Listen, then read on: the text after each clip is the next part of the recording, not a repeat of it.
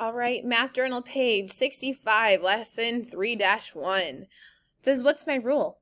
Fill in the blanks. In the last row of each problem, fill in your own pair of in and out numbers that fit the rule. For problem 6, write your own rule and fill in the table. Okay, so number 1, I take this 100, I put it in, and then I subtract 50. So what's 100 minus 50? Well, it's going to be 50. And if you have to write out your number models, please go ahead. So if you have to do 100, subtract 50 equals, then your answer is in the out, okay? Good. This one, it doesn't have a rule. You have to figure that out. I don't know about you, but I notice that all of these end in a 4.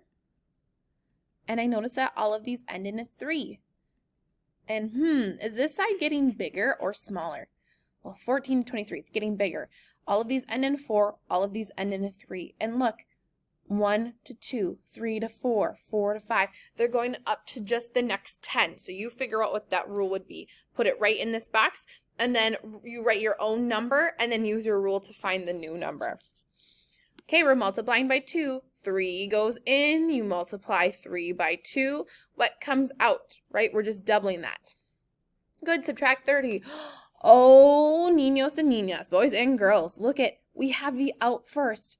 Listen very closely. I have to take 30. And would I put it in the in? No, because it's in the out. That means I have to go back in through the out. That means everything gets switched around. We have to reverse it. So instead of subtracting 30, now I have to add 30. I have to do the opposite. If I put it in the opposite way, that means I have to do the opposite rule. So instead of subtracting 30, now I have to add 30. What's 30 plus 30? It's 60. And if you have to write out these number problems, please write them out. 50 goes in. We have to go backwards. 50 plus 30. Oopsie daisy. 30 equals. What would that equal? Same thing. Put the 100 in. Backwards. So we have to reverse our rule. Number 5.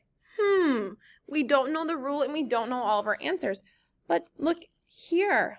2 to 20.